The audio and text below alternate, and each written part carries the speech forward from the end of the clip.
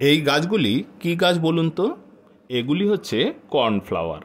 দানা ছড়ানোর সময় আমি লেবেল করেই রেখেছিলাম, না হলে একটির সাথে আরেকটি মিশে যাবে। আজ আমি এই গাছগুলিকে তুলব এবং নতুন মাটিতে আমি সেগুলিকে বসাবো।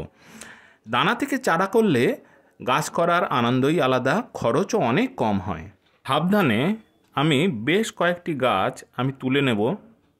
গাছের শিকড় যদি ছিঁড়ে যায় তাহলে নতুন মাটিতে এই গাছগুলি সেট হতে একটু সময় নেবে, সেই কারণে সাবধানে আমি চেষ্টা করলাম যাতে শিকড় বজায় রেখে আমি গাছগুলিকে তুলতে পারি।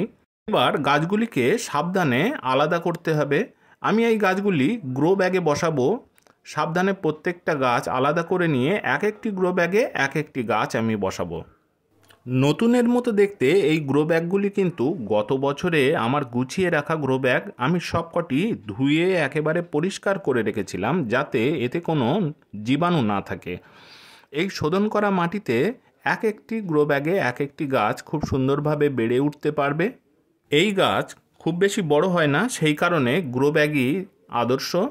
আমি অর্ধেকটা পরিমাণ মাটি আমি ভরে নিয়ে তার উপর থেকে আমি দেব ট্রাইকোডার্মা ভিরিডি। শোধন করা মাটি তার সাথে জৈব ছত্রাকনাশক গাছের বৃদ্ধির পক্ষে ভালোই হবে। এবার গাছটিকে মাঝখানে প্লেস করে চারদিক থেকে আপনি মাটি দিয়ে দিন। খুব সিম্পল।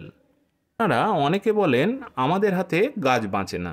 এইভাবে আপনি আপনার চারা গাছ করুন, আমি তো সবই দেখাই, কোনো জিনিস তো গোপন রাখি না। গাছটি মাঝখানে বসিয়ে চারদিক থেকে মাটি এইভাবে চেপে সেট করে দিতে হবে। নতুন মাটি একেবারে আলগা। জল যদি আমি দিই তাহলে গাছটি হেলে যেতে পারে, সেই কারণে ভালো করে চেপে দিয়ে একেবারে গোড়া ভাসিয়ে প্রথমে জল দিন। তারপরে গাছকে আপনি 2-1 দিন ছায়া জায়গাতে রেখে দিন।